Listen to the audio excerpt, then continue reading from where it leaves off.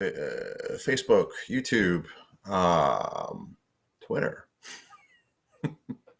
My name's Frank Lavinia, and I'm going to restart this intro because sometimes the first 6 to 10 seconds get clipped. Hello, welcome to, I guess, Frank's World TV. I don't know, or Data Driven. You can find me at the following URLs. Clearly, I need more coffee. Today is Wednesday, March 9th. My name is Frank Lavinia from franksworld.com, datadriven.tv, and the Impact Quantum podcast. One of the things that I've kind of mentioned in passing was not real thrilled with some of the decisions around Windows 11. Obviously, I still love Microsoft tools and technologies. It's been just under a year since I left the mothership. But what's really concerning me is I've been interested in beta copies of Windows. I mean, since Windows 98. I mean, this actually goes back further. I had Windows codename Daytona, which was Windows NT 3.51 or 3.5. And hello, Thomas. How's it going? Thanks for stopping by. Hopefully you're well. But when some friends asked me what my thoughts on Windows 11 were, I was like, I'm not running it because I only have one device in my house. This fancy little desktop right here. So I'm going to tilt the thing. There we go. That was able to run Windows 11. So this device here is not able to run Windows 11. I haven't tried my work laptop, but seeing this that it's my work laptop, probably shouldn't. But ultimately, so what happened is that this device here, the hard drive broke down, and I was hoping to, temporarily run Windows off a USB stick. Fortunately for me, I have Windows to Go, which is a Windows 8 era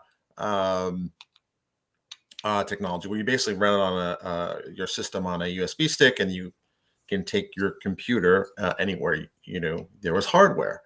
And turns out that the Windows to Go program was discontinued, which is a shame because there's some really swanky USB sticks that were able to run it. So that got me thinking while I was waiting for the replacement part to come in, and there was a whole drama around that. But while I was waiting for the replacement part to come in, I basically did get another USB stick, and I installed Fedora on it. And obviously, I work for Red Hat now, so I figured, hey, let me try Fedora. Let me try this Unix thing or Linux thing, and it worked, and it worked really well, actually. So I was suitably impressed. So I did do some experimenting with Linux. I think I talked about this on a previous live stream, but ultimately, I figured, what if I could run at least my laptop for Lent, so to speak, not on Windows. Now, is it because I don't like Windows? No, I still love Windows. I mean, my God. I mean, with the exception of this laptop and that Mac, everything in the house runs Windows. And, if it was still around, I'd probably still have a Windows phone. So obviously, my love for Microsoft still exists. However, my concerns are very real around Windows 11 and the Windows 10 end of life support, which really kind of puts me in a bit of a pickle because I just got a new desktop, which I would have to make some modifications. I'm not sure, honestly, if it has the proper TPM chip.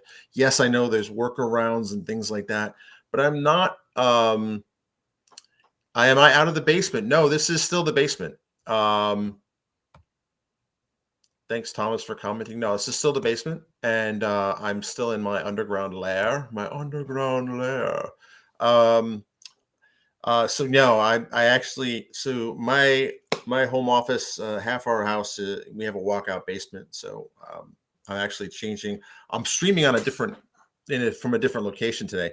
Got a nice new desk here, and I'm streaming on my ThinkPad, my personal ThinkPad, and I was going to stream from this one, but because I moved the desk around, I realized I didn't well, one, it would have been funny, right? I'm streaming from a Windows PC when saying I'm giving up Windows for Lent, um, but the camera's not plugged in. So I was like, you know what?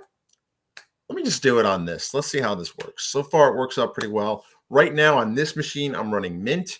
Mint has a more familiar Windows type experience. It also has native support for Signal, Spotify, and a few other apps. Fedora kind of had that. I still like Fedora, but back to Linux. Yes, back to Linux.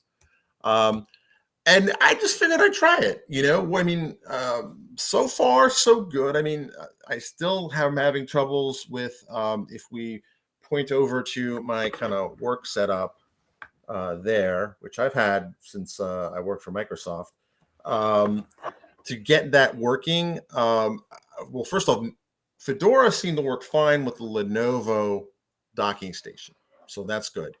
Um, and the only thing that didn't work was the DisplayPort docking station that I used to get full resolution on the third monitor. Is it overkill? Yeah, but that's kind of who I am, right? Uh, I do have the 6 monitors behind me. But anyway, so with the exception of just that one monitor, Fedora worked fine.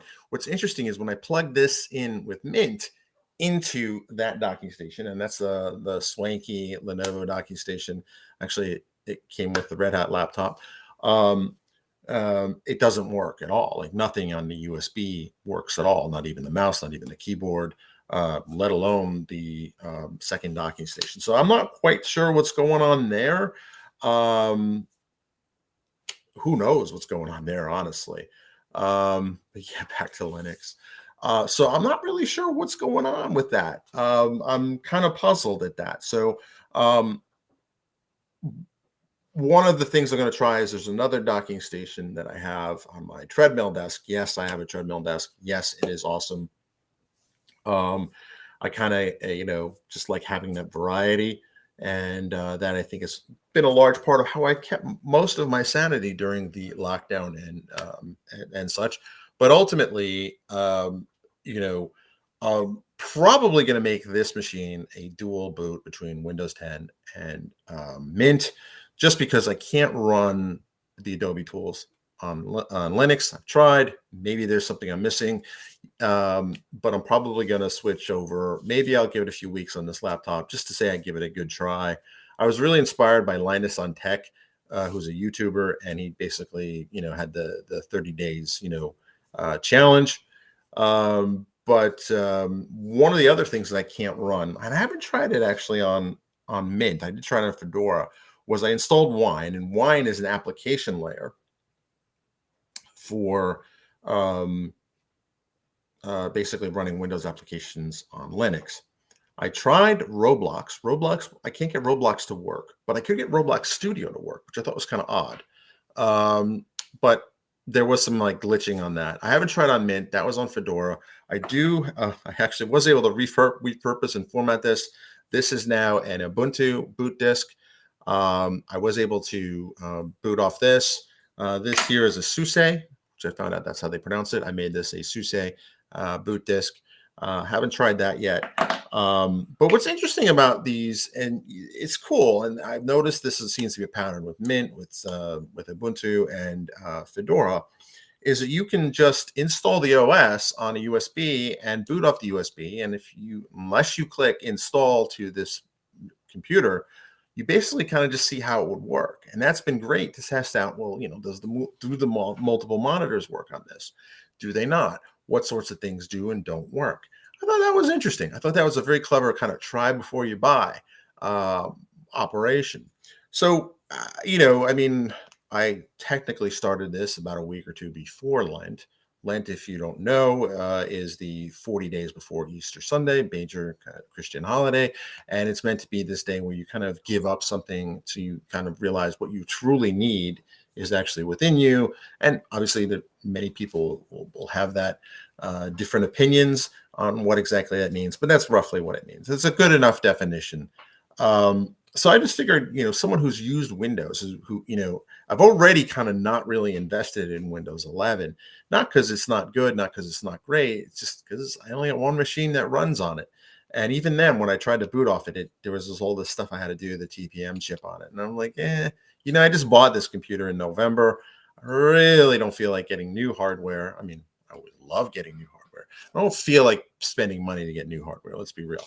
I'm hoping that they do extend what I'm looking for Microsoft to do. I don't know if I have any influence on this. Is to basically make it so Windows 10's 10-year lifespan will start basically, this year or last year when Windows 11 launched, as opposed to when Windows 10 launched, which I think I'm not real happy about that. And I understand the need to get the TPM chip going, but I also think that there's ulterior motives in terms of encouraging people to get new PCs, which during a supply chain crisis and situation that we have in the world over the last 2 years, I'm not sure that's really the best time to push that type of upgrade. So for me, I'm looking at all the existing hardware that I have that are still viable. It can still get the job done. Um, I'm just like, obviously, I don't want to run software on an operating system that doesn't have any updates or support. So that's what's making me look at, kind of Linux in that regard. So now, is it totally true I'm giving up Windows? No, because I really can't. My work machine is actually Windows. I could have gotten a Mac or installed RHEL on it, Red Hat Enterprise Linux. I chose not to because I know I'm comfortable in Windows. I can be productive in Windows. Now, that having been said, I also have this rig here, which is still running Windows. The 6-monitor monster behind me is still running Windows. So really the only device that I have that I'm truly giving up Windows for Lent is this machine right here. This machine right here is my personal laptop. Runs really good. It's a i7, 32 gigs of RAM. It's a pretty solid machine. It's a P51, or is it P52? Let's see. It's a P51S. It's a solid machine. And the whole thing that got me started on let me try Linux was, well, obviously now I work for Red Hat, and I'm trying to understand the more of the open source ecosystem and ethos. But I couldn't boot off of this. I couldn't run Windows while I was waiting for the new hard drive to come in, which I think I need to look in and see why that decision was made. Windows to Go was I thought a pretty useful idea. Apparently it was axed. Not sure why. If you have any ideas, let me know in the comments. But I figured I'd give it a shot. And so far, so good. I mean, with the exception of the docking station and the extra monitor not showing, Von Rent. Okay. I don't know what that means. If you could clear that up. Or am I venting? Is that what you mean? So basically, I just tried it, and it turns out I liked it. There's a lot of apps there. Spotify's there. You can even get Spotify installed on Fedora by using Snap. It's basically a lot of command line stuff. And I mean, most of the stuff we do day to day runs in a browser anyway. What is interesting is that Teams works fantastic on Linux, even though it says it's preview. Works pretty well for me. So I've been very curious about this. I may keep this laptop. I'll probably realistically longer term make it dual boot. So that way, if I am on the road or I am somewhere and I want to just edit a podcast or whatever, I can still use the Adobe tools. Yes, I know that there's Audacity, but I am a little hesitant to install Audacity because there was some kind of malware got snuck into it. I need to look into that. But I like Audacity. It's okay. It's it's definitely a good audio editing tool, but the muscle memory that I have with Photoshop and Audacity, Audition, and Premiere and After Effects, I'm not quite ready to give that up. Now, if someone has advice on how to run that through Wine, or maybe if Adobe one day would containerize that application or do something to make it a little more Linux compatible, I feel a lot better about the existing hardware investments that I have and just playing around with it.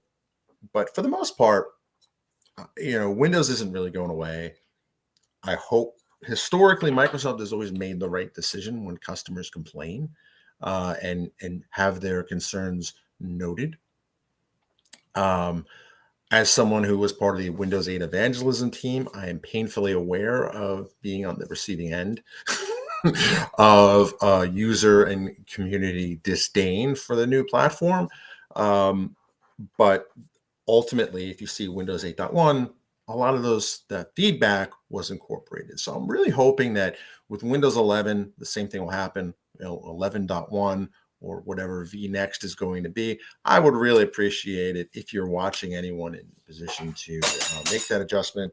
Definitely, please, please, please extend the life support for Windows 10, and also um, reconsider the TPM situation. And I know you can go unsupported and do that, but I don't want to go unsupported. The other thing I would ask, well, you know what? I was talking to somebody about it this weekend, and he was just banging on about how horrible the UI is and how weird it looks. I don't know. I think it's not as crisp or as clean or as professional looking, I think, as Windows 10 was, but maybe that aesthetic will slowly grow on you. Just like Windows XP. When Windows XP first came out, people were just calling it the Fisher Price update, all these crazy things. Now that's considered by many of the same bloggers and stuff I've seen online as the best version of Windows ever, which I think that's a stretch. But the fact is, when something so core and fundamental to our work days changes, people are going to resist. And I want to give the Windows 11 UI a fair shot, and see what it is. I'm excited. I think this has been added. Now you can actually run Android apps on your Windows device, on your Windows desktop or laptop. I think that's cool. But I'm not going to touch it until after Lent, because I'm going to try to see how long I can push it, at least on this machine. And I do a lot of work on this machine. I do a lot of blogging on the writing on this machine. I've actually used Office through the browser. Although it does, LibreOffice is there. And obviously anything browser based will work just fine. So that's kind of where I am. So yes, it is kind of true. I've given up Windows for Lent, not entirely, but on this machine, which is, ever since I got it, it's always on Windows. I'm just experimenting and seeing how this works. On my main this is my main kind of personal laptop. I take this with me when I leave the basement, Thomas. When I venture outside the basement, I take this with me. The desktop is kind of my daily driver in terms of content creation, and normally I stream on that, actually. So this is a slightly different angle. Good catch, by the way, and noticing that. But that's basically it. I would encourage everyone out there just to try it. Just go get the ISO, look on, whatever distro you want. Mint is probably going to be, if you're a Windows user, the most comfortable and familiar to you. Fedora is also pretty cool. Ubuntu looks interesting. I haven't spent a lot of time with that, although that's not true. When they had the data on the Data Science virtual machine, one of the options was Ubuntu, Windows, or CentOS. I actually preferred the Ubuntu version, although the UI looks a bit different in this. Is it GNOME? Is that what it's called? I don't know. It's just fun to experiment and just see what other alternatives there are. One of the things I'm most excited about is finding I have an old desktop that's really kind of past its prime. What happens if I were to boot into some stripped down version of Linux?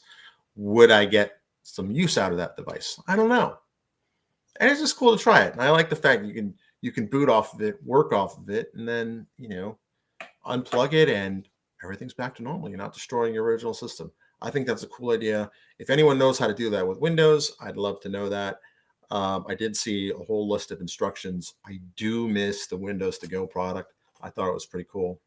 But there are bigger problems in this world, and hope you're doing well. And if you would like to follow me online, you can find me on Twitter, on Instagram at Frank Diggs Data. I want to thank you, Thomas, for commenting live. Good to see you again, even if it's virtually. and Justice. Let me know in the comments below what that means. I don't know what that means. Like I said, I do need my extra cup of coffee. I hope you have a fantastic day, and I will end the show with some fancy graphics. Let's see. There we go.